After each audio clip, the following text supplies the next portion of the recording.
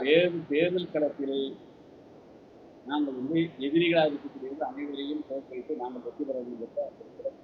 அது திமுக என்றோ அண்ணா திமுக என்றோ இன்னொரு கூட்டணி என்றோ இன்னொரு கட்சி என்றோ நாங்கள் பாரபட்சம் பார்க்க மாட்டோம். எல்லாத்தையும் வீழ்த்தினது தான் தேர்தல் களத்தை தான் வந்து அதாவது பகவத்கீதை என்ன சொல்லுது, முன்னாடி இருக்கக்கூடிய அண்ணன் என்றோ தம்பி என்றோ பங்காளி என்றோ பார்க்காதே, அன்பையினா அன்பை தான். ஒவ்வொரு இடத்திலும் களத்துக்களும் வித்தியாசமா இருக்கு. இப்போ தேசிய ஜனநாயக கூட்டணிக்கும் கடுமையான நெருக்கடி இருக்கும், அதை வந்து நாங்கள் தோற்கடிப்போம்.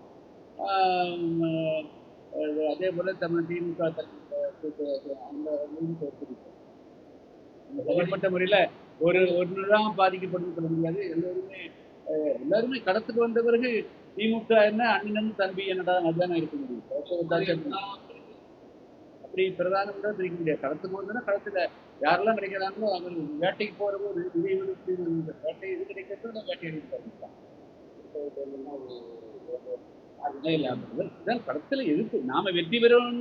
நான் பெரிய தமிழ் வெற்றி பெறும் போது களத்தில் இருக்கிற அனைவருமே வீழ்த்தணும் தான் நோக்கம்.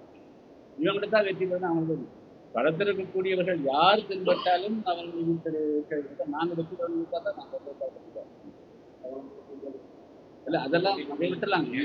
அதெல்லாம் வேண்டாம். இதே தமிழகம் கட்சி நாங்கள் வந்து தனித்துவத்துடன் கலந்தாங்க.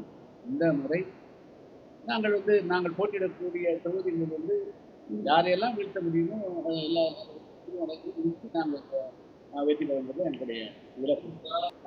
தேர்தல் களத்தில் நாங்கள் வந்து எதிரிகளாக இருக்கக்கூடியவர்கள் அனைவரையும் தோற்கடித்து நாங்கள் வெற்றி பெற வேண்டும்.